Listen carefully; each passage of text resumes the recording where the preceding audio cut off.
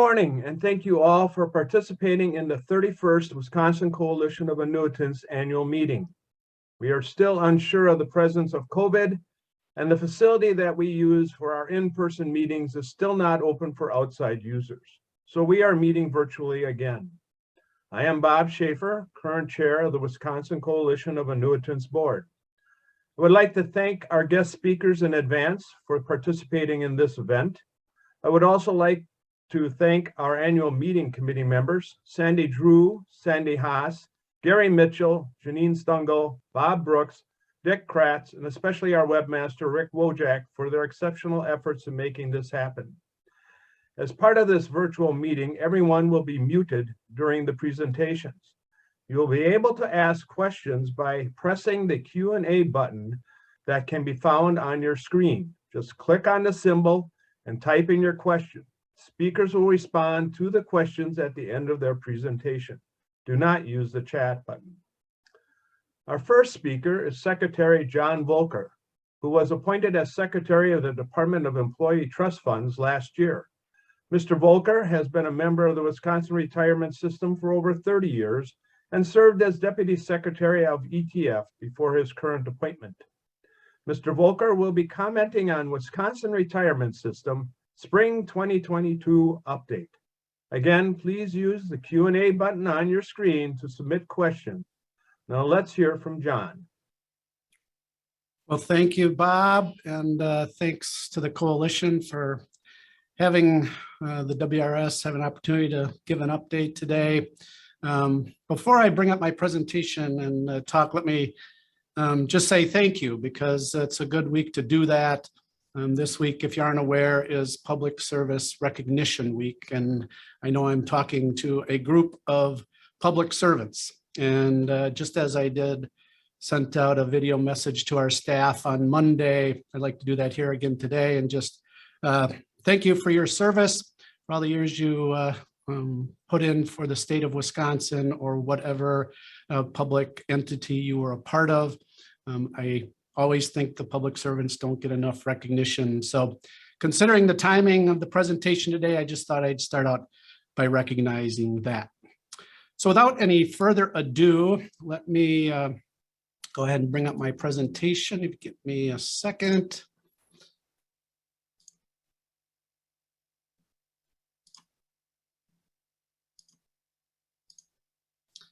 All right, so here we are, the Spring 2022 update. Today, we're going to kind of take a journey, and the journey we're going to take together is what I think is a journey of success, and it is based on this quote that I'm starting my presentation with, is, "In the journey to success, tenacity of purpose is supreme." And I really do think that quote represents what the WRS is all about. So I'm going to take my time with you today to talk about that journey of success. What contributes to that? What's the current state? And really, where are we going? And why do I believe that whole term of tenacity of purpose is so appropriate for where the WRS has been and where it's going? So I'm going to be your tour guide on this journey. And since I'm the tour guide, you always want to know what your itinerary is and where the stops are along the way, so you know what's coming and where we're heading on our journey today. Here's our itinerary for today. So we're going to start out with really in honor of the 40-year anniversary of the WRS this year.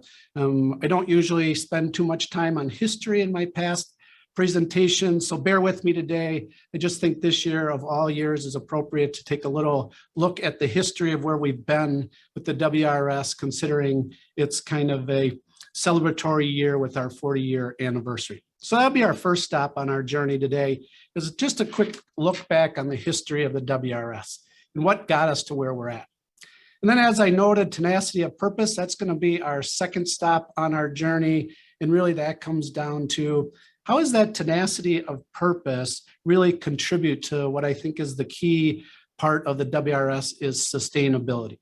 And it really is that tenacity of purpose that continues to contribute to us being in a sustainable position. Our next stop on the journey will be, it says annuity and investments, but really we're going to take a look at how does the various features of the WRS, the things that contribute to sustainability, how does that affect you as a member? Plan design is one thing and the results are one thing, but everybody is a recipient of whatever that design is. So we're going to take just a little deeper look on that. And of course, we'll get into annuity adjustments and what that might look like in the future. And then speaking of future, we are going to look at the future and really the future in terms of customer service. And I think ETF is heading in a new direction in customer service. I think an exciting direction, and I want you to know about that as part of our journey. So there's our itinerary for today. We'll do a little history. We'll look at sustainability. We're going to look at annuities and investments and how it affects you. And then we're going to finish up with what the future looks like ETF, especially in terms of the customer engagement. So with that, our journey is going to begin in 1943. If we had all day, maybe I'd go back to the late 1800s because that's when some of the pensions in Wisconsin started. But we're going to abbreviate that today, and we're going to start our journey in our Greyhound bus here headed for Wisconsin in 1943. So why do I start in 1943 if other things happened before that? You know, one of the monumental, I think, great stories of the WRS is how the Wisconsin state system really got started. So there was a bill in the legislature. It made it through the legislature, ends up on the governor's desk. That time, Governor Goodland decides to veto it. I haven't dug into his reasons for that, but he decided to veto it. And there was Ingeborg Sidewell, who was one of the cleaning crew at the Capitol, ends up having a conversation with the governor and proceeds to convince him that he had made a mistake, that in vetoing that was just not the right direction to go. As a result, a somewhat unprecedented thing, you don't hear this very often. In fact, I don't know if I've ever heard it in my 30 plus years in public service, is the governor went back to the legislature and said, please override my veto. I made a mistake, override it. We should have a state retirement system. So a really interesting story on how the state system gets started. And that is kind of the first building block on a statewide system. So before that, up to 1948, what we had was just a slew of different pension systems popping up across the state. It starts in 1891, if you believe it or not, starts with the Milwaukee Police and the Milwaukee Fire folks started a pension system in the late 1800s. From there, it kind of blossomed into other police and fire organizations across the state. I think 1907 was the next milestone in which we started to see other police and fire organizations creating their own pension systems. And then the teachers got into the mix about 1909. That's when the Milwaukee teachers decided to start their own pension system. So as you can see, the late 1800s all the way through the early 1900s, different public organizations really got enthralled with the idea of providing pensions to their employees, which was great. We like to see that. But what had happened is we were getting a bunch of very little systems across the state. And the legislature in 1945 really says, wait a minute, is this really the best direction to provide retirement benefits to public employees? It was haphazard, and a lot of times when you have a lot of small systems, you can't really project, at least actuary-wise, what the costs might be, put them at risk of potentially being a risky financial situation. So the legislature puts together a committee. Sometimes that's good and sometimes that's bad. But in this case, it was a good thing. So the legislature put together, I think it was called the Committee on Pensions. And they took a little time and looking at all this and came to the conclusion really that we should start to look at consolidating these. You need a big system to be able to project what your costs might be. You can have economies of scale. They put out a report. One key thing of the report is kind of interesting, I think, as I go back and read it, is they had 9 characteristics of a desirable pension. I'm not going through all 9 of those today, but I think it's, if you have time to look at that, a lot of those same 9 characteristics that have played out over the last number of years that have put us in a strong position. So it really was a good building block. The other thing I think is interesting about this report, they had a variety of recommendations, which in general were implemented, but one was not. And that was the recommendation that the Milwaukee County and teachers, et cetera, should be part of this Wisconsin retirement system. But that was rejected. And in fact, it went further on and did home rule kind of legislation to kind of protect Milwaukee from being in the Wisconsin retirement system. So we know how many years later we sit here in 2022 and the issue is back on the table. We have been monitoring the ongoing discussion in Milwaukee with the discussion about bringing Milwaukee in the county or a city in the county of Milwaukee into the WRS. We appreciate everybody that's been involved, from legislators to county representatives to city representatives, involving us in those discussions as they think about what direction they might go, involving ETF in those discussions, because we really have one main objective. We have a very sound financial system. However, Milwaukee decides to come into the system, if they do, is that we protect that. We know that the funding level of both Milwaukee systems are not at the level of the WRS, and we really want to make sure that whatever happens, and as Milwaukee employees potentially come into the WRS, that we are not threatening that long years of well-earned financial stability. So we'll stay tuned, we'll stay involved. Hats off to Tarna Hunter and the rest of our ETF staff. They have been very active in those discussions. It makes me feel confident that we will be well represented in whatever comes up as a solution. All right, so I digress a bit, but then what happens as a result of all this discussion? I said most of the recommendations were adopted, including the one that merged the municipal and state systems into the Wisconsin Retirement Fund. So we finally start this merging of systems. From there, it kind of, the ball starts rolling downhill. In 1967, ETF is born as a result of the Kellett Commission. I think it was Governor Knowles put together the Kellett Commission, headed up by businessman Mr. Kellett, who made some actually pretty controversial recommendations on how to organize state government. I believe that was the birth of the DNR at that point, but it was also the birth of ETF, which we appreciate, and I think well earned. They recognized having one policy-making organization over the retirement system was the right direction to go. And then from there, I talked about our 40-year anniversary in 1982. We have further mergers of systems. We got the retirement system, which had municipal and state. We had the state teachers into that, as well as the Milwaukee teachers. And now we have, for our practical purposes, almost a statewide system, as we know, without the two big things in Milwaukee with the county and the city. So we are born, the WRS is born. So since then, we've had a variety of things that have popped up in legislation and that have potentially impacted the WRS.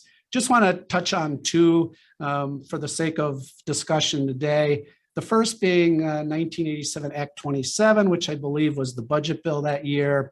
And in that, they decided to transfer $230 million from one of the trust funds into benefits that weren't that were traditionally paid with general purpose revenue. When that happened, clearly folks thought that was an inappropriate taking of trust fund money, not being used for the participants, and really kind of going against our fiduciary vision for what the trust fund is.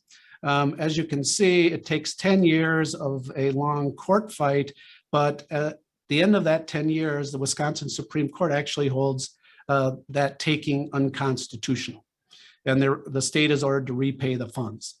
Now, that was probably a tough 10 years. I wasn't involved in that, but really it does give us strong legal precedent for when people start throwing out ideas on how to potentially use pension money for other things.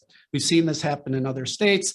It has not happened other than this attempt in Wisconsin, and we continue to keep our eyes and ears out looking for such things. So that was a major milestone in our history. And then Act 10, again, I'm not going into much detail, but really that was a major change in our history. The contributions levels were changed, as everybody knows, and the multipliers changed for a number of employees. So fairly significant things that happened in the WRS in our history. So that's our history. I mean, very abbreviated. If you ever want to get more, it's a very interesting path that we have taken on our journey of success, but it is interesting nonetheless, and it really does set the stage for where we're at now. And where are we now? So I put in tenacity of purpose. This is our second stop on our journey today. And I put tenacity of purpose because I really think the sustainability of the system is due to this tenacity of purpose. If it's not fighting legislation that violates fiduciary duty, identifying legislation that isn't consistent with what our duties are, whatever it might be, making sure that we're keeping the plan design up to date and functioning. It's that tenacity of purpose that keeps us sustainable. And some very good decisions on plan design early in the system. So where are we with sustainability then? And our tenacity of purpose. So you got to know our purpose if you know what we're going to be tenacity about. And really, this is our first purpose. We want to make sure we keep our promise to provide sustainable pension benefits to our members. And with that, so how are we doing? Our funding levels. This is always a fun graph to show groups, but really, as you can see, going back to 2016, all the way up through 2020, the funding level of the WRS has been very strong, both on the actuarial analysis, which is the blue bars, and also the GASB analysis. GASB is the Government Accountability Standards Board. They developed their own way of looking at funding levels a few years ago. It's a little more volatile than what the actuaries use, but even using that, you can see that we are hovering right around 100%, exactly where we want to be. And because of that, we are often held up as a model across the country. As you can see on this graph, a lot of circles here kind of showing where the country is when it comes to public pensions. The bigger the circle, the bigger the system, and then you can see where they fall as far as funding levels. When you see one that's under 20%, I'm not interested in being the secretary of that department because that is going to be a long haul to get in a good funding position. Thankfully, as you can see, the WRS is on the top right of this graph, and that's where we want to be. And that's where our funding policy says we should be. So we're proud of that. As you can see across the country, the aggregate is about 73% of being funded. Thankfully, with investment returns over the last few years, that has inched up nationally, but we continue to lead the pack, and which also means a lot of different organizations would like me to come talk at their conference because they want to know how we do it. And how do we do it? And I talk about sustainability, and I feel passionate that we have to continue to do that. But oftentimes people say, well, that's your own analysis. You're going to make it look the way you want to. I'm showing you this graph is called pension stability equation. And I use it because this is actually an external look. The Pew Research Center, which has been very active in public pensions over the last number of years. In fact, to a large degree, they've been somewhat critical of public pensions across the country over the last number of years because they didn't think they were sustainable. So they did their own methodology to come up with assessing how strong various public pension systems are across the country. So rather than me tell you our funding level and tell you we're sustainable, I'm going to use the analysis that the Pew Research Center put together. And this is really what they did. They said, okay, if you're going to be sustainable, you have to have revenues match expenditures without increasing debt. All right, that makes sense. We always want to make revenues equal expenditures. You have to make sure you're collecting enough in contributions so you maintain solvency, even when there's lower than expected investment returns. Now, that's a big even with phrase in there, because in 2008, that's when a lot of public systems started seeing their funding levels go down because they didn't get the expected investment returns. In fact, as we know, in 2008, the investment returns were miserable. They're minus 20-some% in a lot of cases, but they didn't have the ability to change contributions to make up for the fact they weren't giving the same level of revenues coming in from investment returns. So as a result, their contribution levels were not keeping up as a result, their revenues were not matching expenditures. We're fortunate in Wisconsin. We have about 80% of our revenues come from the efforts of SWIB and investment returns. Nationally, that's about 60%. So we are fortunate that we only have to have that balance of 20% come from employers and employees, which is fantastic. So when you look at this, what does it mean for Wisconsin? So how would Pew and all their research match their methodology to what we're doing in Wisconsin? Well, here's what they did. Here's this pyramid here. They kind of had a three-pronged test on measuring the strength of various public pension systems. First, they said you have to have solvency. So you have to have cash from contributions and investment returns. You have to make sure those are adequate. And they looked at all 50 states, and despite various funding levels, they all thought they're all solvent. So all 50 states meet the test. Then they say you have to have debt reduction. You can't keep borrowing money to be able to pay your obligations. And here we lost 15 states, so we know there's some debt being incurred in 15 states in order to meet the revenue part of that equation. And then they looked at predictable costs. Are you fiscally sustainable so you maintain your purpose or one of your purposes is to recruit and retain public workforce. And really that's code for you don't reduce benefits so low that it's not even a benefit anymore. So you have decent benefits, but it doesn't cost you so much that you compromise other state budget priorities. And when they look at this and they say which states not only are solvent and are good on the debt side of the equation, but actually have predictable costs that can allow them to meet their purpose. And then only 5 states meet all 3 tests. And I'm sure you already have concluded what I'm going to tell you is Wisconsin is one of those 5 states. In fact, a month or 2 ago, they asked me to present at one of their conferences on this issue because we are one of the 5 states. And when we look at that, you can see that when we talk about maintaining costs, that we don't bust the budget.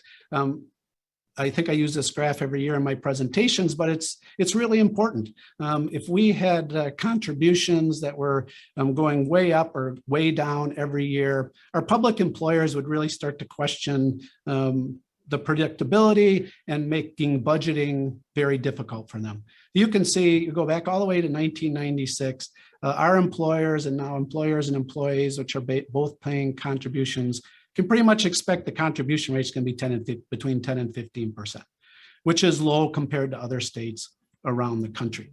So not only are we meeting all the tests from the Pew, you look at one of their issues of predictable costs. Here you have it. This is a very predictable cost, right in between 10 and 15%, and the number is not high. Again, when you talk about predictable costs without affecting other priorities in the budget, we look at the Wisconsin retirement system. What does it cost the taxpayers? Now, state and local governments are putting together their budget. How much do they have to allocate to make sure that they have enough money to support the public pension system? And you can see it's only 2.1%. So when you think about all the benefits of the WRS, from all the annuities we pay out, $6 billion a year in annuities to our folks that spend their money in local communities, that allow them to have a financially secure future, all during their life of them working, state and local governments are only putting in 2.1% of their budget to make that happen. That seems like a really good investment to me.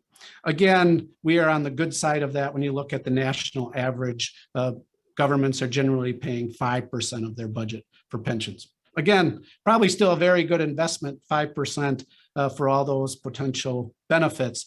But in Wisconsin, we have an extremely good value when you look at 2.1%. So sustainable system, even external folks agree we have a model system in many regards. Now that takes some work. Not only every year do we change contribution rates based on what the actuaries tell us, but every 3 years we do an experience study. And what an experience study does is just what it indicates by the title. Our actuaries, they look at all the assumptions they use to make projections on contribution rates, annuities, all the things that come to be in the equation of funding a pension system. And they say, how are we doing? Are we right about this? Are our mortality projections right? Are people living longer? Or are they living less than what we're projecting? Clearly, that's a big assumption because we pay you for your lifetime. If we don't have an accurate number on how long people are generally living, we're not collecting the right amount of money to make sure we can pay everybody. So that's just one example. So they look at what's really happened compared to their assumptions, and they look forward on what might happen in the future. They do a deep dive into our system and really say, how are we doing? Are there any things we need to tweak when it comes to our assumptions in the system, in our various equations, to make sure we're getting this right, which is great. A lot of states don't do this except for every 5 years. The WRS, I think it's great, required by statute that we do it every 3 years. And I think that has paid off or paid dividends for the WRS. So what happened, we just had this in December of 2021. The actuaries came back, talked to the ETF board about if there's any tweaks. And the big tweak is the investment return. They always assume how much we're going to make or how much we can expect from investment return every year. So we know what to budget for as far as that compared to contributions. And they said we have to lower that. The projection out 10, 20, and even 30 years is it's going to be a little tougher sledding getting what we had before was 7% on our investment return. As a result, we should represent that in our assumptions. So we're going to recommend you lower that, and the ETF board agreed and lowered it to 6.8%. That is a major assumption change, and not one the ETF board takes lightly, but one that was very necessary in the current environment. And here, as we sit in 2022, we can see that the volatility of the market makes that look like a pretty good decision at this point. And we also look at price inflation. They tweak that a little bit, and I think they left wage growth about the same. So the bottom line on this is we continue to look at all the moving parts of the WRS, especially every 3 years, to make sure we're staying on top of it, and we can continue to boast about the sustainability that comes with the WRS. So as an investment return goes, we're not the only ones across the country that have recognized that investment returns might be a little tougher to come by in future years. You can see this graph provided to us by the National Association of State Retirement Administrators. This has been a downward slide on assumptions ever since pretty much 2009. We are at 6.8, slightly under the median and slightly under the average. But again, this is a trend across the country when it comes to investment return assumptions. So that's sustainability. That was our second stop on our journey of success. So we know a little bit of the history. We know we're sustainable. We can confirm that not only with our funding levels, but even outside analyses. And then we know that the actuaries and the ETF board continually are reviewing these various components to make sure we stay there. So it's easy to talk about that. It's nice to brag about sustainability, and I think it's a great thing to brag about. But what does that mean to you? So the third stop on our journey of success today is really, how does it affect you individually? And really, when it comes down to it, especially as an annuitant, the main way it affects you is through annuity adjustments. And that is part of our risk sharing nature of the WRS, and one that puts us in this sustainable position. So what do I mean by that? You remember I talked earlier of one of the boxes in the Pew Research Center's equation said you had to have revenues match expenditures. And what you see here is a very simple graph, but powerful graph, I think, or a picture of what the WRS funding looks like. So if you're going to have a sustainable system like we do in Wisconsin, you need the contributions, the C weight on this scale, and the investment return, the I on there. You have to have that balance, the benefits, that big B, and then the expenses, the E on the scale. If any of those weights get too big that this tilts one way or the other, you will have a problem funding your system. That has been recognized for years since the inception pretty much of the WRS, and various things have been put into place to make sure that this stays balanced. And as an annuitant, the one big thing is annuity adjustments.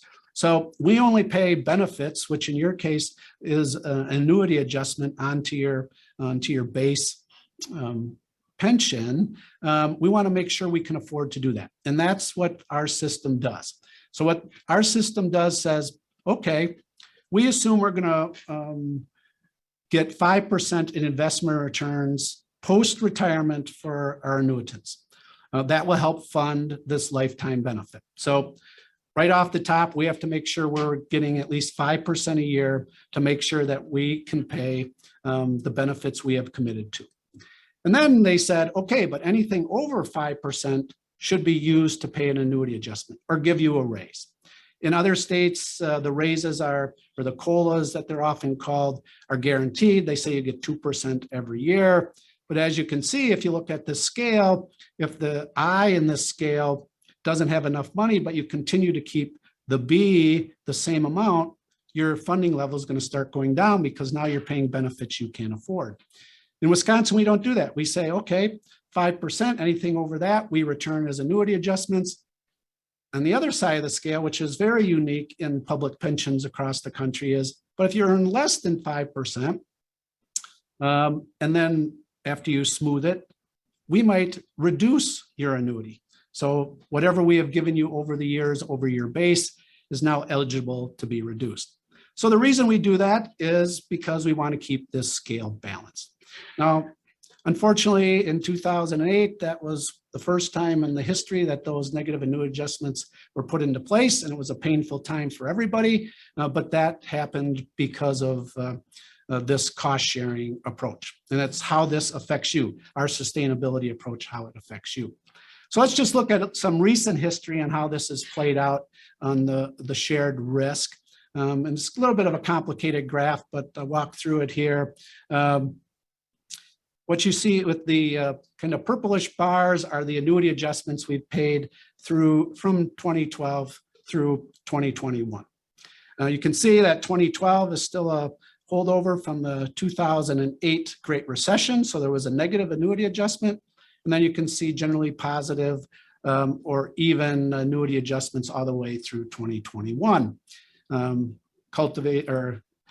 to a head in 2021 with the largest annuity adjustments we've given since I think 1999 at 7.4%. What you see in the green line is the investment return. That's just what they earned, SWIB earned any given year, starting at 13.7% in 2012. You can see it jump around, topping off in 2019 at 19.9. And then as you know, we smooth our investment returns over 5 years. So what is the return from the investment when you do the 5-year smoothing? And that really is that blue bar. So if we smooth 5 years of returns, then you can see that the blue bar is under the overall increase in some years, but not as low as bad years. And that's exactly why we smooth it. So we don't have this volatility when it comes to annuity adjustments. So thankfully, over the last 3 years, you can see that SWIB has done a great job. And if you look at the last 5 years, because we smooth over 5 years, 4 of the 5 years have been double-digit returns, which is very unusual, with the exception of that negative 3.3 in 2018. So when you have 4 of your 5 smooth years in double-digit territory, you are bound to see some high annuity adjustments. And that's exactly what happened. It starts to creep up in 2019, really comes up in 2020 with 5.1, and then kind of culminates with that 2021 7.4%. So that's how it affects you. That's how we keep it sustainable, but that's how it affects you in any given year. This is the one part of our system, the shared risk system, that a lot of other systems want to learn about because of how it keeps the revenues and expenditures balanced. Okay, so where are we looking now? What can you expect going into the future as far as annuity adjustments? If we just used our assumed rate of return that the actuaries and the board agreed upon, if we get 6.8% in 2022, you could expect an annuity adjustment in that 5.5 to 6 range. And then you look over the next 3 years after that, assuming that 6.8% is earned, you can see some fairly significant annuity adjustments going forward. Again, 6.9 to 7.3, 5.1 to 5.5, 3.6 to 4. Those are all significant annuity adjustments based on what we've given in the past. So 6.8 across the board, we're in really good shape. If they earn 0 this year, which is entirely possible because last I saw through February, I believe they're at a -4% with all the volatility that has gone around in the country and the worries about inflation and the war in Ukraine and all the things that contribute to that volatility. Let's just say they end up recovering some of that -4 and they get to 0. Now you're going to still get a 4.1% to 4.5% annuity adjustment because we have all those good double-digit years still in the bank, so to speak, when we look to smooth. And if we return to 6.8 after potentially down year this year, you can see relatively steady annuity adjustments going forward. So how bad do things have to get? We're already volatile in 2022. How bad do they have to get for us to return to those bad days of having a negative annuity adjustment? It's a topic we don't like to talk about, but we always keep an eye on it. And in this case, we would have to have a -18% return from SWIB in 2022 to start talking about a minus annuity adjustment. It wouldn't be big, but it could happen. And as you can see, it could linger in future years because of the smoothing of the 5 years. And that's even if they return to 6.8% after a down year. So Lord knows we don't want to get close to -18%. I am sure SWIB doesn't want to get close to -18%, but for your information, that's how bad it would need to get if we were to get into negative annuity adjustment territory. So hopefully when we're giving annuity adjustments, the idea is that that will help keep up with inflation. That's the whole idea of providing any adjustments to your base salary. So how have we done? If you look at these numbers, if you look at the 5-year, you can see the core is ahead of CPI by a little bit. The 10 years slightly, but the 20-year lags a little bit, not by a lot, but still lags a little bit. And this is because we don't give regular or guaranteed COLAs, and we don't base COLAs based on inflation. Some states do that. We base it all on that investment return. But overall, we're doing a pretty good job of achieving the purpose of keeping people up with inflation. And let me just say, with the increase of over 7% this year, I think we were probably the only state in the country that came remotely close to what inflation is this year. So the system worked just as we would want. Okay, so that was our third stop. How does our sustainability mechanisms affect you? Mainly affects you on annuity adjustments. And for the most part, we're in a good position currently because of the built up returns that SWIB has earned. But we are keeping an eye on 2022 because it hasn't started so great. Okay, that leads us to the last stop on our journey then. Our journey success looks at the future. I started with the history, I'll end with the future. So if I'm talking about tenacity of purpose, when I look ahead and I'm looking at customer engagement with ETF and its members, what's that purpose? And we've really defined an exceptional customer experience as this. We want our customers to feel empowered and trust us to meet their needs through 1, personalized, 2, convenient, and lastly, helpful interactions. That is our vision for what we want to provide when it comes to a customer experience. Really think that makes an exceptional customer experience if we can do that. When I took this job, I knew that we hadn't met that yet. One of my goals in sitting in this chair, as I told the ETF board during the recruitment process, is I want us to be able to confidently say that we're doing this. We're not doing it now, in my opinion, and I think we have to make some changes to get there. I just want to keep you informed on the path that we are taking to do that. So if I think we have to make some changes, I call it a little bit about a transformation. And staff is probably sick of me talking about the ETF transformation, but I think that's what it's going to take into the future for us to meet that purpose. Right now, we do a great job of serving customers as you can. That big circle on the left, serving customers as we can, that green circle, we do a really good job. I've listened to call center calls, answering questions, responding to folks, our retirement counseling sessions, our webinars, all those things. We do a good job of serving customers as we can. But we need to do more than serve you as we can, because if you have a question after 5 o'clock, you can't call us. We're closed. And people more and more expect that they be able to take care of business outside business hours through online services or whatever it might be. So our transformation is we want to get there. We want to be able to serve you not just when we're open, not just when the building's open, not when the call center is open, but anytime you might have a need. You want to change your beneficiary designation. It's a Sunday afternoon. You can't call us clearly. It's on your mind. You're updating your will or whatever it might be. We want to make it so you can log on, get to your account, make some changes, and go from there. We have been referred to, at least I've heard other people refer to us as the second largest financial institution in the state. As far as I know, most financial institutions, if not all financial institutions across the state, have the ability for you to log on, look at your account, see a balance, make some changes, etc. We need to get there. And that is part of our ETF transformation going forward. Because where we are now and why we need this transformation is we don't think an exceptional customer experience is our service based primarily on phone service. We need to expand that.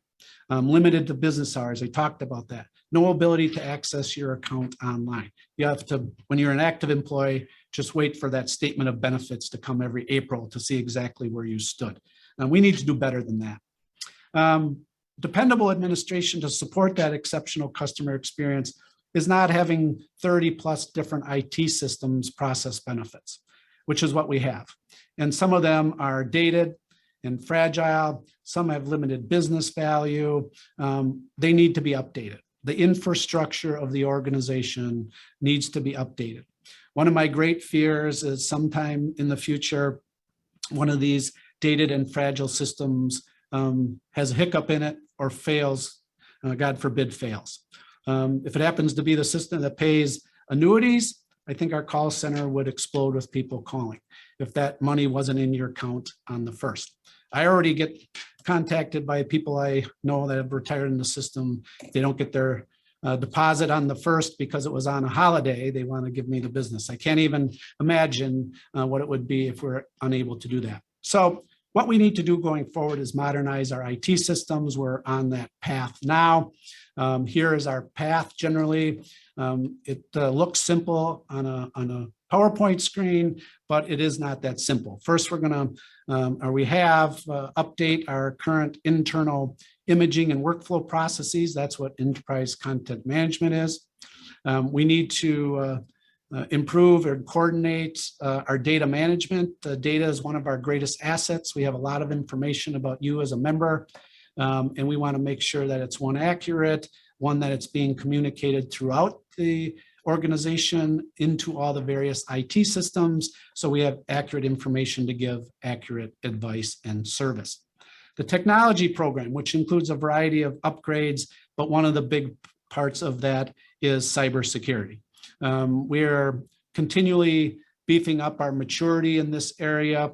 We have a chief information security officer and his team, which we've added staff to over the last number of years. And we continue to take various steps to make sure that we're in a strong, secure position. That will become increasingly important as we open more online services available to our members. If more things are exposed online, we have to be that much tougher or secure to make sure nobody can access that inappropriately. And then we're going to implement a new insurance administration system, and then followed by the pension administration system. This whole transformation or modernization approach will probably take in total 5 to 7 years. It's not an overnight solution. It's a gradual transformation of the organization. There will be a lot of heavy lifting, I suspect there'll be some setbacks at times, but absolutely necessary if ETF is continue to support and continue to make the WRS a model when it comes to customer engagement and support. Now, we have implemented our first step, which is the enterprise content management. We now get documents through our system faster and more efficient, more timely.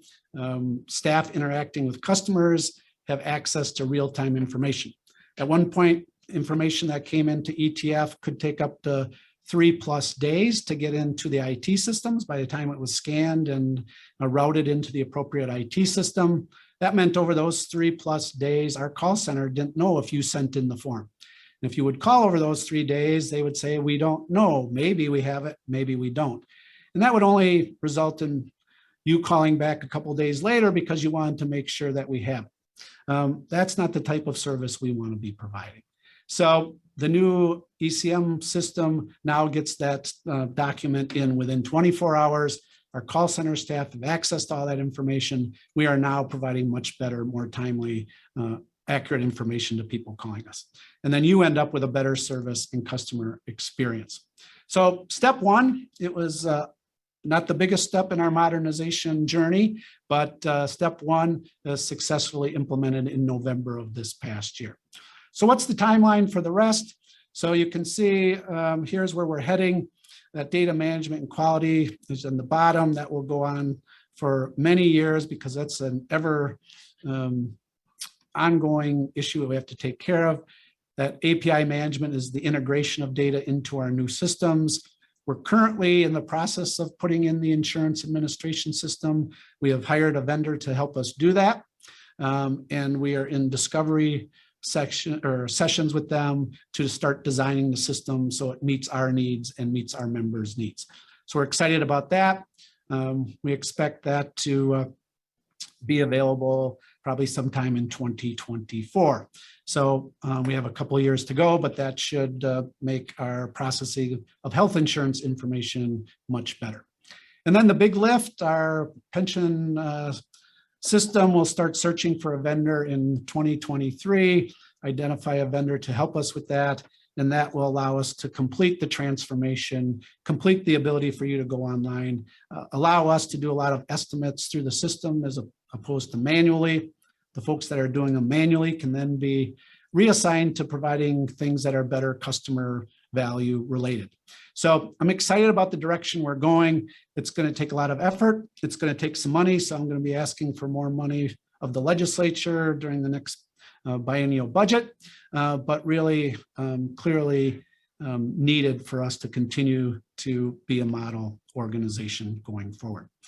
So that's the future. So our journey today, we have come to the end of the journey, so to speak. Me as a tour guide, we looked at the history, we looked at that sustainability, we looked at how it affects you, and then finally, where are we going as an organization? It's all exciting. It's all good news, in my opinion, but it also takes a lot of work to make sure we can maintain this position.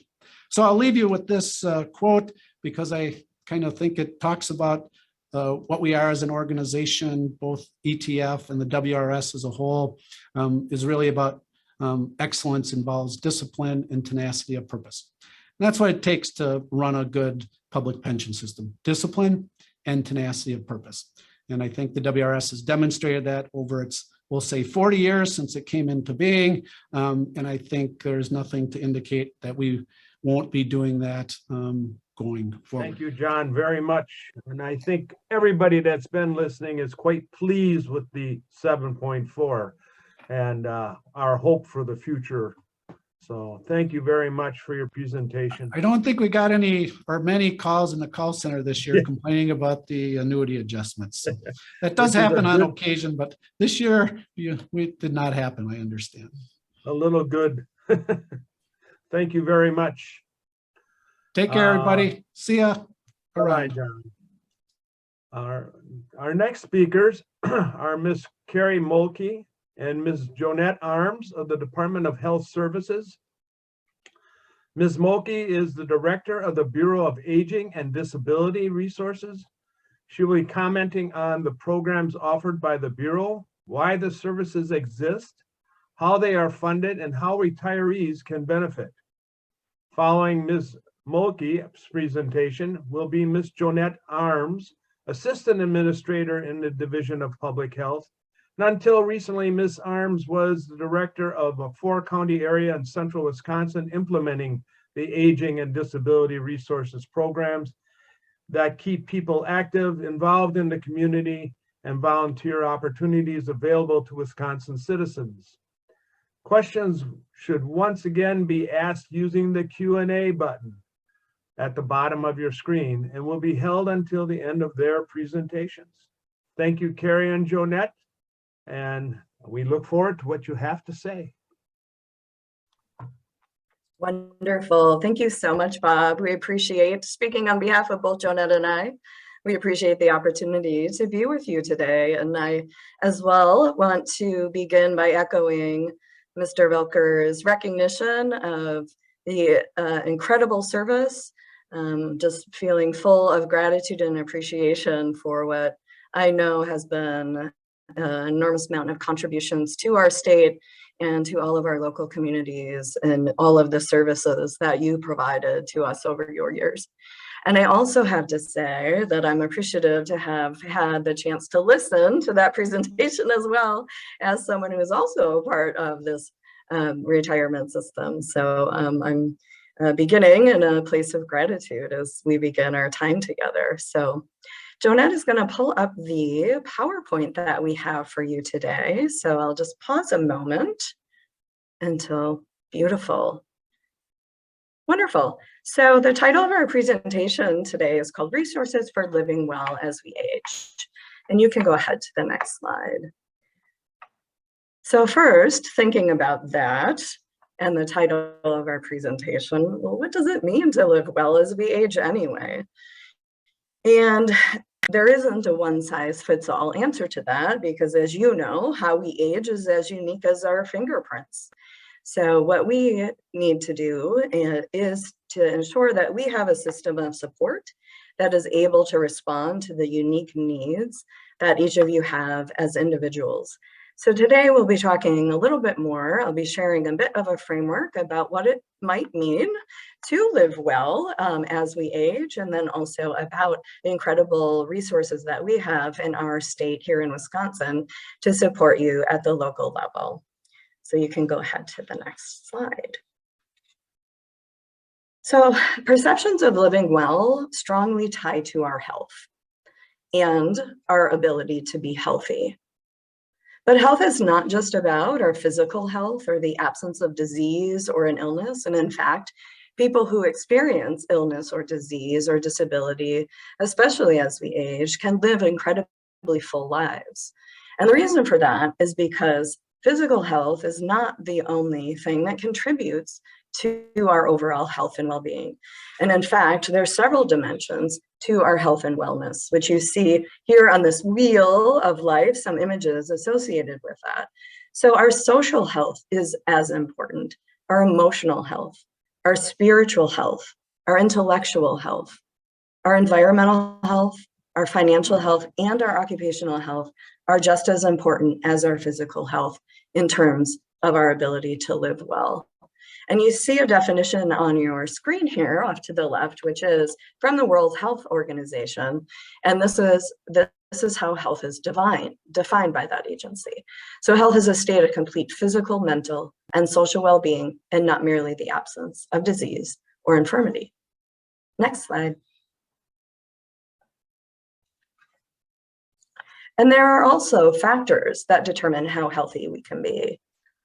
Genes and our biology certainly contribute, but what I want to draw your attention to is how much our social and economic factors contribute to our health. About 40% in this pie chart that you see here. Physical environment is 10%. And often, again, when we talk about our own health, we think of things like genes and biology and clinical care as though healthcare and access to healthcare is foundational to our overall health. It absolutely contributes, but it is only one factor of what helps determine how healthy that we can be. And also our own health behaviors make up 30% of the factors that determine our health. Next slide. So just to describe a little bit more, in a little bit more detail, what we mean when we talk about social and economic factors that we know also contribute to our health and our well-being and our capacity to live well as we age. It includes these sorts of things: family and social support, also parks and recreation. When we have access to those sorts of things, it helps us be more physically active and to make social connections. Infrastructure, whether we live in a community or whether we live in rural Wisconsin, what type of infrastructure do we have within our communities? How safe are the communities we live in? Community safety is also a contributing factor to how healthy we can be. Employment and housing and education and the skills that we have. Internet access is huge, especially these days. We have all learned as a result of COVID how important access to internet is for staying connected with many of these other factors, our family and social support, through employment, and maybe even continuing to develop our education and skills. Money and resources matter. Transportation I often describe as our access to the world. So without transportation, being able to get around and be active in our communities, it contributes to our health and how well we live as we age. And then access to food and how important that is, of course, within our communities. How many grocery stores do we have? How many also other types of access to food that we know that we need to live and survive. Next slide. And I love this quote from Abraham Lincoln. What he says is, and in the end, it's not the years in your life, but the life in your years that count. And I love this quote too, because first what I would say is that we, over the last century, have made a huge amount of impact in our capacity to live longer. In fact, we've gained on average 30 years of life just over the last century. And much of that is because of all those contributing factors that we were just mentioning and investments of public health that have really helped us understand what contributes to health and building these sorts of resources and infrastructure within our lives. But living long is not necessarily equate to living well. And what we're looking to achieve, obviously, throughout all of our lifetimes is to have that life in our years. So these, and you can go to the next slide. So these are the philosophies that go into, that make up and ground us and the work that we do.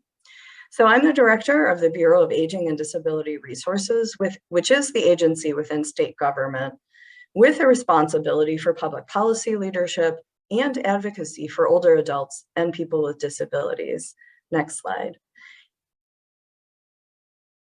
And in addition to that, our Bureau works closely with a statewide network, which we call the Aging and Disability Network, to deliver a wide range of programs and services at the local level. Next slide. While we work with a number of providers and different community groups throughout the state, there are three that I'm going to mention that really do make up or are foundational to our Aging and Disability Network that have a local presence in every community within our state.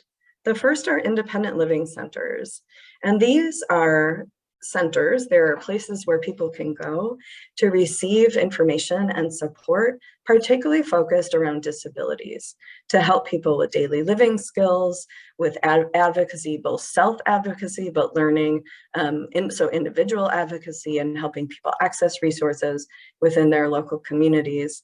They are very skilled at assistive technology and helping equip people with different devices and things like that, that again can help people maintain independence in their communities.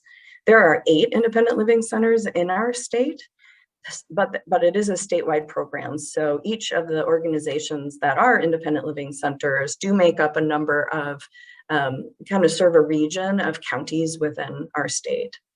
Then we also have county and tribal aging units, which are the entities within our counties and tribes, which is an obvious statement based on what you see here on the screen, but these are the entities that focus solely on the needs of older adults. And again, they are present in every community. And then last are the county and tribal aging and disability resource centers, which is where we're going to spend the great majority of our time today, because we really want to make sure that you learn about them and get connected to them. And again, we'll describe a little bit more about that. One note is that within our counties and within our tribes, most of our aging units and aging and disability resource centers are one and the same. So they are the same entities in many parts of our state. But these are the foundational service providers that we work with within the Bureau. So the Bureau doesn't provide direct services. We provide the funding and the support to these entities to make sure that you receive quality services in your local communities. Next slide. So to give you a little sense of some of the programs that we administer within our Bureau, and again, that are administered as well at the local level, things like home delivered meals, and dining and socialization sites, which are places that people can go to receive healthy meals, but also to socialize with others and stay connected. And we know how important that is, especially as we have been so isolated over the course of the last couple years. So many of these dining sites are open again. Caregiver support. Most of us, if not all of us, at some point in our lifetime will be serving as caregivers. And while it is an incredibly rewarding job or role to play, it can also be incredibly stressful. And so having options and resources for providing that support to caregivers is essential. Health promotion, helping maintain your physical health and all of those components of health. Transportation, we mentioned. Community employment and support and training, and many of our programs that we administer are actually for older adults, including employment support and training. And then advocacy. Next slide. In addition, so as is mentioned in the title, this is kind of the laundry list of the programs that we do administer. So in that same vein, I'll keep running through what some of these programs are. Legal assistance and benefits specialists, helping you access benefits that you are entitled to and providing support in that regard. Guardianship and also elder rights and protection services. We focus a lot on Alzheimer's disease and dementia. We offer things like memory screening and other types of services and supports to help people that are experiencing Alzheimer's disease, memory loss, but also serving as caregivers. Medicare counseling, assistance with vision loss, assistance with hearing loss, and then also access, distribution, and use of assistive technology and other communication devices that can, again, keep you independent in your communities and at home. Next slide. Now, I just went through this really long list of services that we offer and talked about service providers, but the one thing I want you to remember is you don't have to do any of this alone. We are blessed and privileged in Wisconsin to have aging and disability resource centers in all of our communities to do exactly what you see in this title, to help you sort all of it out. Next slide. So quickly, what are ADRCs, Aging and Disability Resource Centers? They're a place to find unbiased information related to aging or living with a disability. They help you with that bridge that happens from one life transition to another, connecting you to community resources to help with these goals, maintaining your independence, keeping you in your home. A lot of people don't know that you can stay in your home for as long as you live. You don't have to go to a nursing home or an assisted living, but people don't always know what type of resources can help support you in your home. But if you also would like to go to assisted living, a facility, or a nursing home, we can help you access that as well through our ADRCs. and then also helping you stay actively involved in your communities.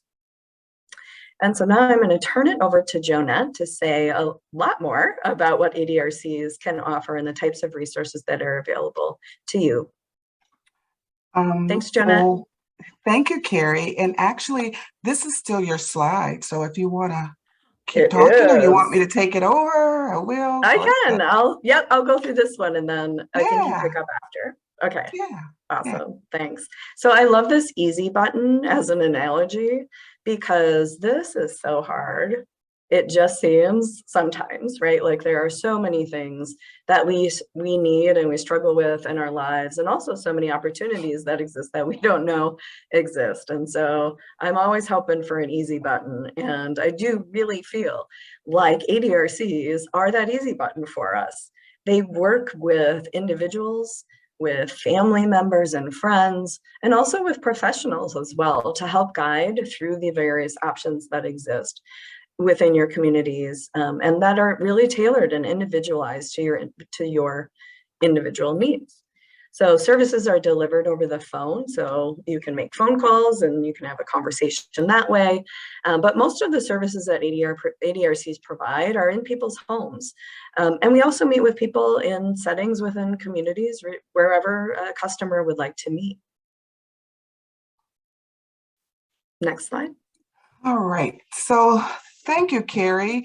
And again, I'm Jonette Arms, and I'm the Assistant Administrator at the Division of Public Health through the Department of Health Services. And I get to follow up on Carrie's explanation of ADRCs and why they exist, because as this job that I'm in right now is new. And prior to taking this job this past November of 2021, I was the executive director for a regional ADRC here in central Wisconsin. So I oversaw the ADRC of Central Wisconsin, serving Langley, Lincoln, Marathon, and Wood counties.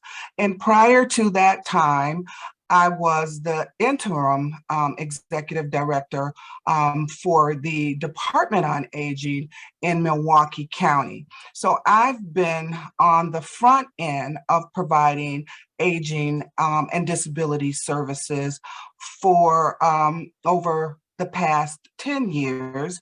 And although I don't currently do that in my now work life, I have the knowledge of what it's like, so that I'm here to share with you how you can apply the learning that Carrie shared with you into your daily life, or with those that you are close to or know. So I'm going to start off by talking about who do ADRCs serve. So ADRCs serve individuals who are 60 years and older, adults with intellectual, developmental, or physical and sensory disabilities who are 18 years and older. They serve youth with disabilities transitioning into adulthood. So a youth who is still in high school at the age of 17, ADRCs will begin having conversations with families early on with schools, so that parents know who to turn to and where to go as that young person transitions out of the school system, and whether they want to continue within the educational system, higher education, or if they would like to transition into the workforce. And we also see ourselves as serving communities, families, friends, caregivers, whoever else is impacted by those people who need our services. So what do people call the ADRC about? People call us about caregiver support needs, dementia care support. As Carrie talked about, there's a nutrition program. We have prevention programs. So ADRCs provide health and prevention information, nutrition information, home delivered meal services, and also what we call community-based meal sites where people can go and socialize and be interactive. And as Carrie said, now that COVID has hopefully slowed down some, many of those community-based meal sites are opened or opening back up where people can come and congregate, get a healthy meal, and see friends and just be connected to the community. People also call the ADRCs about housekeeping and chore services. As we age, sometimes things get harder to do, like mowing the lawn, keeping the house dusted, doing the wash. And ADRCs can help connect people to resources that might be available to them. In addition to housing options, where you might want to live in the community. Do you want to give up your home and go live in a senior building, a building where the majority of people living there are within your age group, and you don't have to worry about house maintenance and things of those sort? Or like Carrie said, if you want to go into a long-term care facility, we can, or the ADRCs can help connect you to those types of resources. And transportation, medical transportation, transportation to get you back and forth to church, social events, the mill site, and also adaptive equipment. So, and when we look at adaptive equipment, we're talking about loan closets, and some ADRCs might call them different things. So this is where people can come and borrow a wheelchair, a walker, walking canes, eating utensils, if they have really bad arthritis or a disability that keeps them from holding things easily. There is adaptive equipment that can help people. So ADRCs maintain those types of items in limited quantities, but people can come to the ADRC and request to borrow one. And I think most ADRCs will allow people up to 6 months for most items to borrow or just try out for a short time to see if you want to buy it. So if people are interested in utilizing equipment like a walker or cane after surgery and they don't want to actually buy it, then they can go to the ADRC and borrow it for temporary use. So in-home personal care, as it relates to nursing services, helping with baths, helping with different, the things that people need to do to live in their home. Personal assistance for long-term care, public assistance for long-term care. So we're looking at, I don't know if many of you have heard of family care, IRIS, IRIS, self-directed services, and the PACE program, which is a program of all-inclusive care for the elderly. Family care, for those of you who may not be aware, is a Medicaid long-term care program for frail elders and adults with physical, developmental, or intellectual disabilities.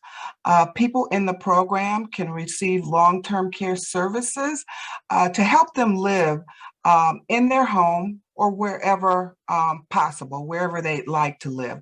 But it's an opportunity for people to have quality of life with the resources that they need.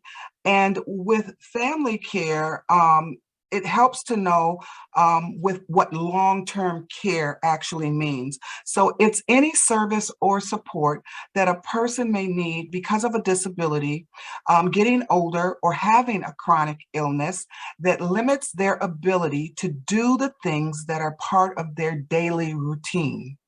And as I mentioned, this includes bathing, getting dressed, making meals, going to work, or even paying bills.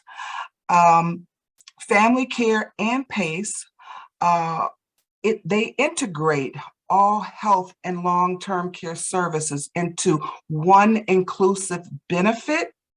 And that is the beauty of this long-term care service, is that people have one place to go to get everything that they need in a package.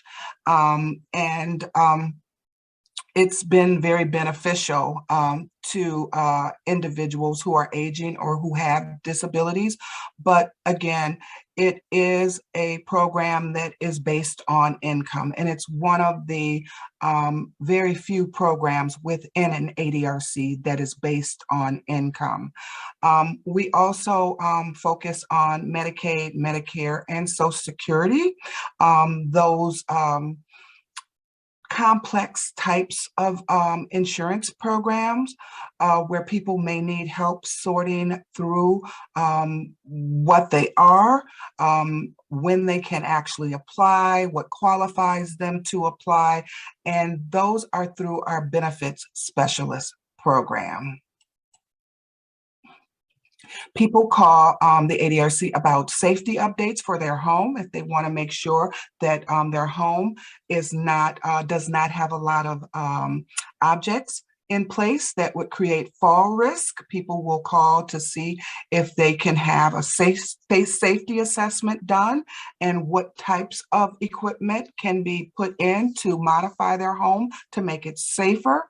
Wellness programs, as Carrie mentioned before. So we're talking about our prevention programs, chronic disease programs, programs that help caregivers learn how to take care of themselves and have the supports that they need in order to be good caregivers, but also healthy caregivers, because oftentimes when we caregive for others, we forget about ourselves. So we do have wellness programs to help people with high blood pressure, diabetes, and again, caregiving support, falls prevention, and so forth. We also have volunteer opportunities and more. And I will talk about those volunteer opportunities a little bit later in the presentation. So where are ADRCs located? Well, as Carrie mentioned, there's our ADRC for every county, and they're spread all over the state. They are oftentimes within the county, but sometimes there are regional and multi-county ADRCs. So an ADRC can support more than one county. So we have some ADRCs that serve more than one county. And I do believe that there are 45 total ADRCs throughout Wisconsin. And Carrie can correct me if I'm wrong, but as I said, they are spread out throughout the state. And if you're looking for an ADRC or your local ADRC, you can always go to www.findmyadrc.org, and you can actually just click on the ADRC for your county, and you will get the contact information. So how much does it cost to get ADRC services? ADRCs are county-based entities funded by a mix of county, state, and federal dollars and private donations and contributions. They serve people of all income levels, those with limited income and those with ample income.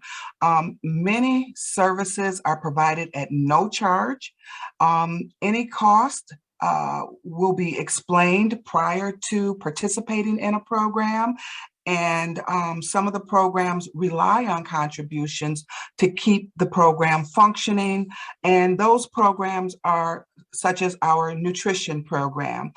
When people receive a home delivered meal or Meals on Wheels, or if they go to the meal site to have a meal at that dining site, there is a small contribution that is asked of an individual, but no one is required to make a contribution.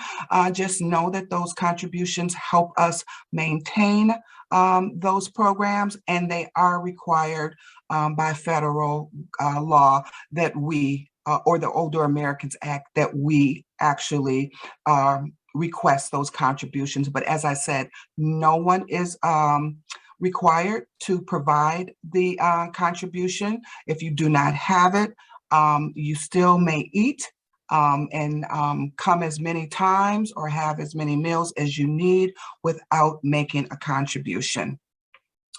We also ask for contributions for our healthy living programs or our wellness programs, and those are minimum contributions too, just to help pay for books, materials, and to keep those programs running.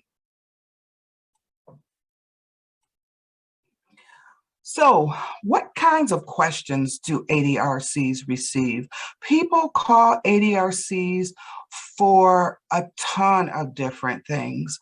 And ADRCs are about helping others to maintain their independence. So we want people to live long, healthy lives, or as long as you live, to have good quality of life. So questions that we might hear at an ADRC is, my parents want to remain living in their home. They are going to need some extra help with bathing, cooking, and cleaning. What resources are available to them? I need help in the home, but I don't have any funds to privately pay for services I need. What are my options? So there are a wide variety of questions that people ask us. And some other examples are as it relates to Medicare, Medicaid, and Social Security. I cannot afford my medications. I end up splitting my pills, or I just don't take them because I can't afford to pick them up from the pharmacy. Are there any options I can explore? When can I change my Medicare Part D plan? When can I sign up for my Medicare Part D plan? My neighbor has senior care. What is that? And for those of you who don't know about senior care, I'll just quickly let you know that it is a state-funded medical prescription discount program. Another question is, my wife just came home from rehab. We got a bill from her recent hospital stay that we can't figure out. My Medicare supplement usually pays everything. We don't understand these changes. What should we do? I'm looking forward to retirement when I turn 65, but I have so many questions. Where do I start? You start at the ADRC, and we can help you figure that out. And most people go to the ADRC months prior to retiring, just so that they can figure out their timeline and how much money they will be able to have and what programs are out there for them to sustain throughout their life of retirement. As it relates to health and nutrition, people will call and they will ask, I was just diagnosed with prediabetes. What can I do to prevent it from getting worse? My dad is falling a lot in his home. What can we do? I'm worried about my aunt. She can't drive anymore and has had a hard time preparing meals. I can't stop in every day to check on her. What can I do? So those are questions that we answer, and I will just tell you, with the my aunt can't provide meals, and I want someone to check on her. Our Meals on Wheels or home delivered meals is more than just a meal. It's that wellness check. It's that person who regularly goes to the home throughout the week. They get to know a person's habits, kind of how they look, and they can see if there are changes. And volunteer drivers and paid drivers are trained to see those changes and how to report those changes so that ADRCs can, as soon as possible, address the needs of that individual. So as they are living independently, those changes occur, and we're getting in those services or programs to make sure that they're safe and receiving the supports that they need. Caregiver support, respite, and dementia. What happens when my husband's dementia gets worse? What should I have in order? I am exhausted. Caregiving for my mom is so rewarding, but it can be challenging too. I'd like to continue to help her with care, but I'm going to need a little help. What help is out there? And I think many of us can understand that. I'm having some memory issues. I'm afraid. What should I do? So the ADRC does caregiver support, respite and dementia care, and crisis planning, among many other services provided by ADRCs. So I just want to know if some people can relate to those questions that were asked or those situations that were just talked about. So if you can raise your hand, or you know how to raise your hand on your icon for Zoom, or feel free to raise your hands manually. I just want to know if any of those situations sound similar to you. Yeah, yep, yeah. So as we age and our parents are aging, we can see that they need more help, or our neighbors need more help, or extended family members need more help. So like I said, ADRCs are not just there for that specific individual. They're there for us who identify with these types of issues, either indirectly or directly. So you get the answers and resources you need.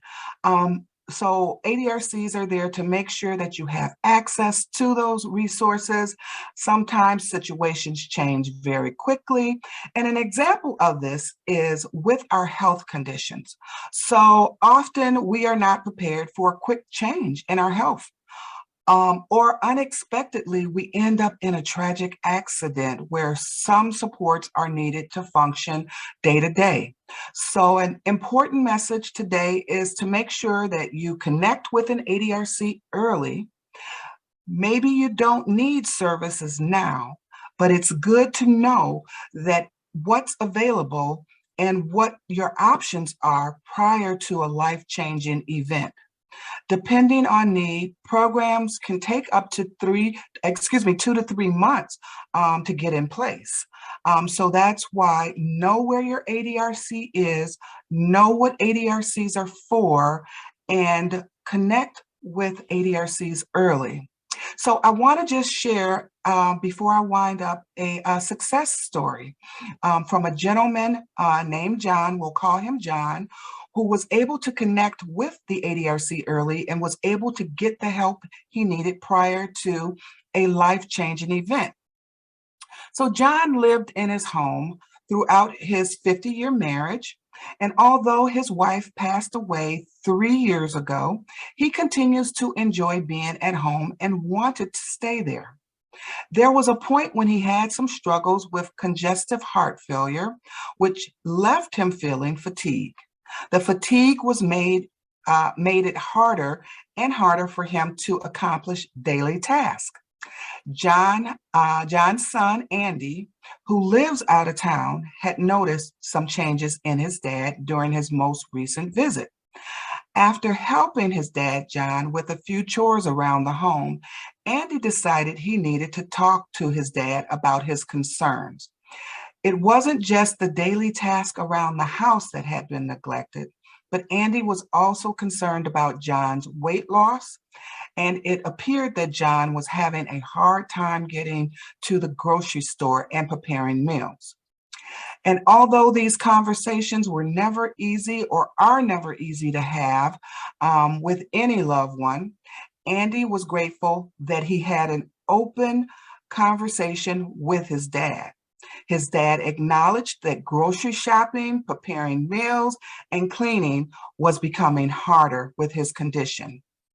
After much discussion, they agreed that some help in the home would benefit him and would also make Andy feel much better about helping to care for his dad from a distance. After learning more about the Aging and Disability Resource Center from a friend at John's church, John and Andy reached out and set up an appointment. The ADRC staff talked with John about the Meals on Wheels program, and this was a great opportunity to get one hot meal a day. The discussion turned to other areas that John struggled with, such as keeping up with cleaning the home, medications, and fatigue, and occasional forgetfulness. After a few more appointments and discussions, John and his son learned about the importance of getting a power of attorney paperwork put in place. They even set up a cleaning agency to come in one time a week at a rate in which John could afford. The one question that weighed on John's mind was, what happens when I can no longer afford to pay for that help to come into my home? John learned about some options available through Medicaid that would allow him to continue to get the help he needs. He also had a chance to look at his benefits and changed his Medicare Part D plan to free up some extra dollars each month. He also had an opportunity to attend a Living Well with Chronic Conditions class. Here he learned a variety of techniques that helped him to better manage his congestive heart failure, ultimately leaving him feeling much more in control of his health. Andy, John's son, was also grateful to hear that there was some support available to caregivers as well. He knew that in order to do his best in caring for his dad, he was going to need someone who could connect with on a regular basis to answer questions as they relate to dad's care, as well as other worries and struggles that caregivers can face. Now John feels better prepared to face the future by connecting with the ADRC before a significant crisis. Both John and Andy had time to talk through their choices and what John's needs were. Together from the ADRC, they found a way to honor John's wishes to live at home, and Andy was reassured that his dad had a plan for his condition and if his condition changed. John was in control and knew that when he needed more information, the ADRC was just a phone call away. This story just shows how important it is to reach out and know the resources available prior to a life-changing event. As this story has proven, reaching out early can help relieve some of the emotional, physical, and financial strain that we sometimes experience when caring for a loved one or when we have a health issue or disability ourselves. The ADRCs welcome your questions as they can relate to aging or living with a disability. There is no silly question. You just need to call and ask. Reach out to the ADRC. I want to also say that although your situation may not be something that the ADRC can help you with, they will connect you with who will support you with that need. So it will start with the ADRC. And I always said to customers, you may enter through our door and end up going out of someone else's door, but you will get the resources that you need. So ADRCs are there to point you in the right direction. Your best life starts with the right information. So make sure that you're connecting with ADRCs so that you're informed about making decisions. So as I wrap up, I just like to say that you also can make a difference in your community. As we retire, sometimes we wonder, what can I do in my retirement life? Or some people don't want to retire. They can retire, but they say they are afraid that there won't be anything for them to do, and they like to keep busy. I do want you to know that your skills and your time can help ADRCs create a community that supports older adults and adults with disabilities. ADRCs provide volunteer opportunities. Many programs could not function without the help and knowledge and skills of volunteers. There are often career opportunities available where you can apply to work part-time if you want a part-time job, in addition to there being volunteer jobs or volunteer opportunities. So we have delivering meals on wheels, creating a welcoming dining site for older adults. So we need site managers. We need people to help with setting up the dining spaces for people, plate settings, facilitating programs on health-related topics such as pain and diabetes. If you're a former teacher, if you're a former educator in any way, doing prevention programs might be a good match for you. You can also support family caregivers by leading a group. If you have an understanding of that issue or topic. And we also do thorough training. So people are trained very well so that they're comfortable in their volunteer space. People come in and they volunteer to provide office assistance, putting in data. If someone just wants to stuff envelopes, they can do that. There's so much to do at ADRCs as it relates to volunteers, and with the workforce shortage that crept up with COVID, there are a lot of work opportunities, part-time work opportunities. So please take advantage and also share this information with others who might be interested. So ADRCs, and as we named, or Carrie named the presentation, they help to provide a full life, supportive resources, volunteer and job opportunities. You can access the ADRC several ways: by calling your local ADRC by phone, by scheduling a home visit with your local ADRC. Someone will come out. And during COVID, people take COVID precautions and will respect your home thoroughly. You can even visit your local ADRC in person. Most ADRCs are required to take walk-ins. I think during COVID, it was limited some, but I think everyone's back on track with taking walk-ins. So you can either call and set up an appointment to go to your local ADRC, or you can just walk in. So I just was wondering, I think we're going to be approaching questions and answers time that Gary will be leading, but do any of the things that Carrie and I talked about sound familiar?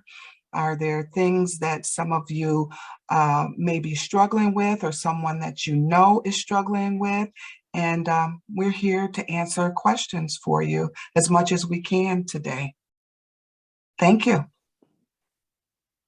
Well, thank you to you both. And I just point out that Carrie clarified that it's 48 counties, 48 ADRCs statewide. Okay, Yeah. serving 72 So you were pretty counties. close. Yeah. Okay, good. Yeah. I knew she would know. Great. Well, I'll stop sharing. And I do have several questions here. Let me start from the beginning. Some of them you probably already did cover. Because the first question was, are staffing challenges overly challenging your ability to meet client needs? Are you using volunteers to fill any possible gaps? Well, okay, go ahead, Carrie, go ahead. And we can jump back and forth if you have additional things to add. I agree. I think Jonette spoke to a piece of this after the question was asked in the chat. But one thing I wanted to just mention is there are two things that are at play right now.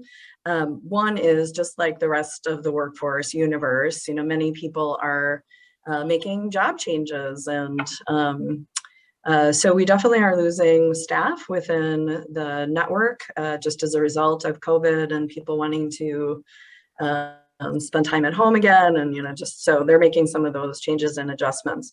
I think the other piece though is that because of COVID, things are more complex in people's lives, and so it does take more intense time and that sort of thing. So in many ways we need more staff to help us really truly meet the needs of everybody in their communities. The other dynamic is that when ADRCs began, and they've actually they started in 1998 was actually the first one. And then we went through this transitional rollout period, and the last ADRC came up and was established in 2013. So we have been statewide since 2013. However, funding has not kept pace with the incredible increase in volume that has happened over the course of those years, the 20 or 30 year time frame here that we're now looking at. And in fact, ADRCs have not really received, some have not received an increase in funding as long as they've existed. And as we know, the population of older adults is growing incredibly. So, in this moment, we do really need to make sure we're supporting our ADRCs, because without significant funding, then or enough funding, they can't have adequate staffing resources. Now, that said, I don't want anyone to worry about not getting great services. They are stepping up, doing what they can absolutely to meet your needs. Some of the things that result from staffing challenges are, there may be some greater waiting periods, that sort of thing, but you will find even with these staffing challenges that ADRCs will be responsive to your needs. And we really rely on volunteers. So just to echo what Jonette was saying, we actually lost a lot of volunteers over the COVID period for obvious reasons. And in fact, some of our programs, like our meal delivery program that Jonette was mentioning too, 94% of the service delivery system is volunteers. Mm-hmm. So when we lose volunteers, it makes it much harder for us to get meals to people. And sometimes those meals are the only meals that somebody gets during the day. So it's life and death, frankly, in some situations. So yeah, if you have any time to give or know of anyone, we could really use your help and assistance. So just wanted to echo that as well. And I just like to add that it may be also the only meal that they receive, but it also mm-hmm. may be the only person that they see in mm-hmm. a long time. Many of the people that receive Meals on Wheels or home delivered meals are people who have no way of getting around. They have no one else. And that's why they are receiving Meals on Wheels, because it's limited mobility individuals who are mainly isolated. And we have a lot of people who live in the big city and still are isolated. We have people who live in rural communities and still are isolated. So again, the role of home delivered meals is very important as it relates to wellness and kind of that socialization in addition to nutrition. And as Carrie said too, about the lack of funding for ADRCs. And I know Carrie and her team, and there's been a lot of talk about how we can better support the financial stability of ADRCs. But I also want you to know that during the pandemic, a lot of volunteers left, and we had people who were working certain jobs within ADRCs leave because they were the lower wage paying jobs, because these are public fund. ADRCs are publicly funded, so they are limited in funds. So whereas someplace like a fast food restaurant or a Lowe's or Home Depot can pay people much more, Walmart, you know, $15, $18 an hour, ADRCs, as it relates to workers, can't necessarily pay that in some positions. So I always say for people who work in, especially our nutrition program, people really have to believe in the mission and have a passion for what they're doing.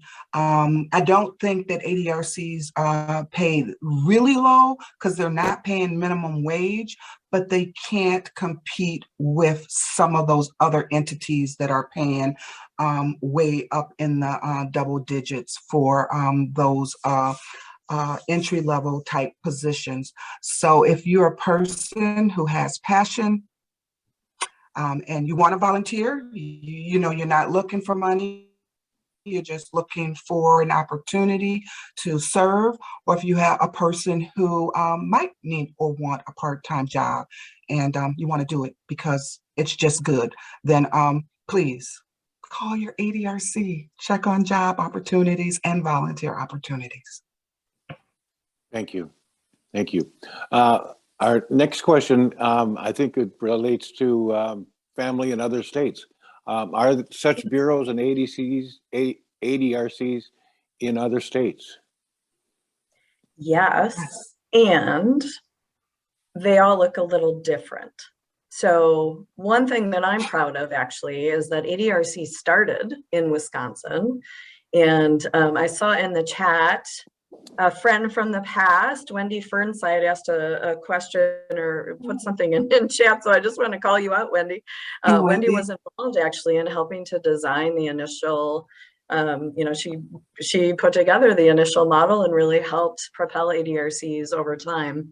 So anyway, thank you, Wendy. And it was great to see your name in chat. Anyway, so actually what's neat, what happened is that, so ADRC started here and under Governor Thompson, so Tommy Thompson. When the Bush administration came, George W. Bush was elected, Tommy Thompson became the Secretary of Health and Human Services in the federal government. So you may recall that that happened. So at that time, what he said to his staff was go to Wisconsin, learn about ADRCs, which they did. And then the staff went back to Washington and said, I want an ADRC in every state. So that's the little quick story of how and why we have ADRCs in every state. Now, what I will tell you though, is that despite what we just said about being underfunded in ADRCs, we do actually have a lot more funding for our ADRCs than other states do.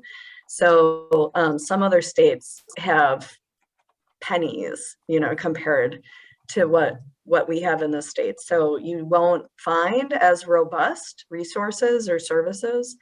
Some of them are only able to provide support online. Some of them only provide one or two of the services that we just named as well. So they're not as robust. So it'll look really different. And I think this is important perhaps for some of you who may actually be providing caregiving at a distance. So sometimes, you know, you may have parents living in another state and may want to reach out, you know, within that state for similar services. So you can do that, and you will be able to find an aging and disability resource center or other aging or disability services in other states. And then in terms of the bureau that we have, so I serve as the State Unit on Aging Director and every state is required to have a state unit on aging director. And we're organized within a bureau within state government. Other states have them at the level of a department or units within state government. So it looks a little different and from state to state, but in general, there is a office or a bureau like mine in other states as well as ADRCs. And I would just like to add, personally, I do know that Wisconsin has a wonderful model of ADRCs and aging and disability resources. We are not perfect, but I will tell you that we are far better than other places. I experienced my dad being in a different state, getting sick and having to fly there and trying to find services for my dad in such a critical situation. And I'm speaking Wisconsin speak there. Well, can I meet with your ADRC? And I need a benefits specialist. And they're like, what are you talking about? So I got my dad, he could hardly walk. Well, he couldn't walk, but I figured out a way to get him on a plane, and I got him out of that state and back to Wisconsin, where he is now thriving much better, and the connections and resources are there. So I kissed the ground in Wisconsin when we arrived back, and I will tell anyone that our aging and disability network of services is superior if you compare it to some other states and what they have or don't have. I'm actually joining you from New Orleans, where I was at a conference of other people that are like me, and was asked to give a presentation about our ADRC model, and it's true. So we definitely are blessed to be here in Wisconsin. Thank you. So the 211 system, do 211 call centers know enough about ADRCs to direct callers there when appropriate? They do. Yeah, I know they do. Referrals happen a lot. Yeah. And, okay. Yes. We actually have a memorandum of agreement. Well, many ADRCs have a memorandum of agreement with 211. So there is a very good partnership, as Carrie said. Great. Will the PowerPoint be shared with participants? Again, this is probably going to be something that will happen at the Coalition of Annuitants website. Is that right? Yes, that's absolutely. my understanding. Great. I'm not sure if this was covered or not. Are staff available to help with budget and financial planning? Yeah. So, yep. Go ahead. Sorry. So what I would say about that is they don't do financial planning like the type that you would, purchase to help you work through all of your everything. But what they do is, as a part of their options counseling process, is as you're talking about and having a conversation and considering all of the options that you may need or that are available to you for your individual situation, they will also look at the financial scenario of all of that, the resources that you need, and also your personal financial situation. Now, there are also some programs, though, that, as Jonette was saying, where there is an income and asset test. So if you kind of go down that path, then it becomes more, more detailed in terms of the conversation about the finances. You're not required to share finances for a number of the services, but we just, it really is a part of the goal of ADRCs is to help your personal resources last as long as possible. So that's why it's really essential that, that often becomes part of the conversation so that we can help you spend your money as wisely as possible for your situation. And so whereas Carrie said we don't do like the financial planning, but Mhm. we are connected to many other resources like elder care attorneys, AARP. Mhm. So there are other resources out there, and we are ADRCs are non-biased, so they aren't going to just keep a list and refer you to, you know, like our friend or partner. Um, there's most ADRCs have a resource guide, and people can identify resources through that online or hard copy resource guide as it relates to financial planning, housing, um, just various resources, funeral planning, different things throughout your county or So I know, community.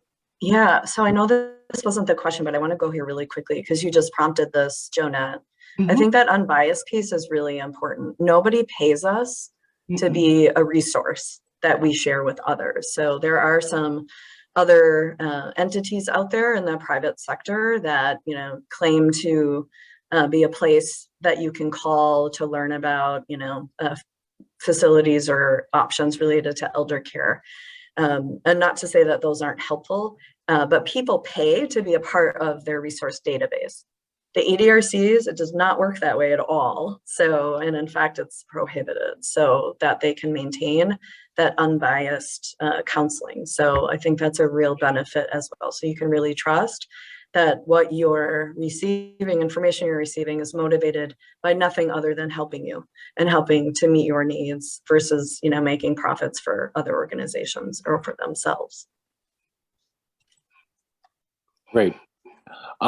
So the last question that I have on here, you might already have answered it.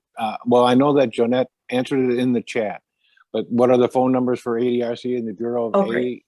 Aging and Disability? And she's placed a couple of links in the chat if you want to. And I think the easy one, findmyadrc.org, Mhm. is probably the easiest way to access all of this information and jump into the system. Does that sound right? And that sounds right. And Yep. what you will find when you go to that site is you will find a list of each county, and you just click on that county, and the ADRC for that county will come up with the contact information that you need. Can we just make sure that that chat went to everyone? Because it looks to me like it might have just gone to the panelists. So, but find your find my ADRC is the best link to use. So we don't have I'll just say this, here's my little commentary. Our hope someday is to have a 1-800 number that you can use. But we don't have that. So at this point, so going to the website and getting local contact information is going to be your best bet at this point. And I just want to ask, because I know our time is up and you will be closing out. And there's just a 2-minute video. How long is this video? About 2 minutes, a minute, 30 It's actually seconds, like 40 seconds. It's super 40 fast. seconds. There's just a Mhm. 40-second video on ADRCs, and it just paints the big picture. And if we can just close out our presentation with this, and if that's okay with you, Gary, That sounds great. Bob? Yeah. Okay, Sure, okay. Thank please you. do. Then I am going to share my screen, and we are going to close out with this presentation.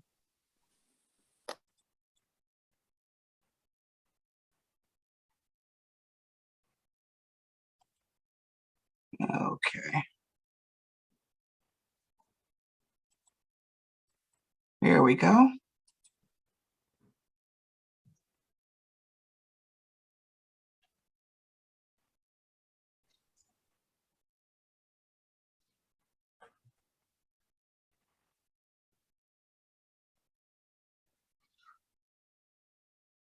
And this is actually the webpage we were just referring to too, so you can see what it looks like.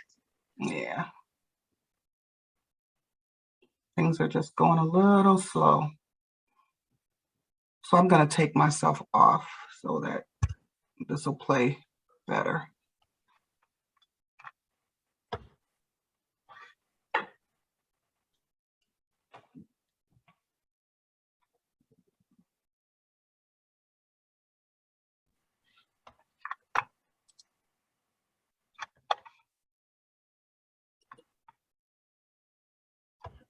We're not hearing volume, Jonette.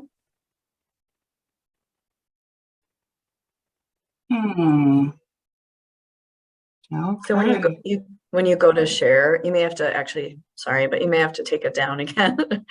And then when you go to share, there's a little box in the left corner that says sound. So now go to share again, and before you bring it up, find that little box in the corner and check that. Do you see it? Okay. Oh, share sound. Yes, I do. There we Here we go. go. Here we go.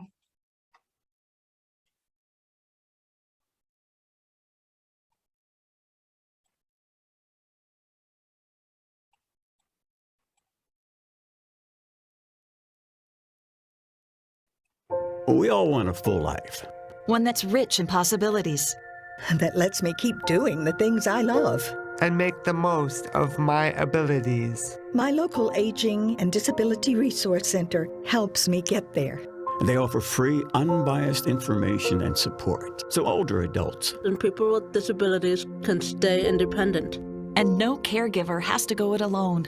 Find support for your full life at findmyadrc.org.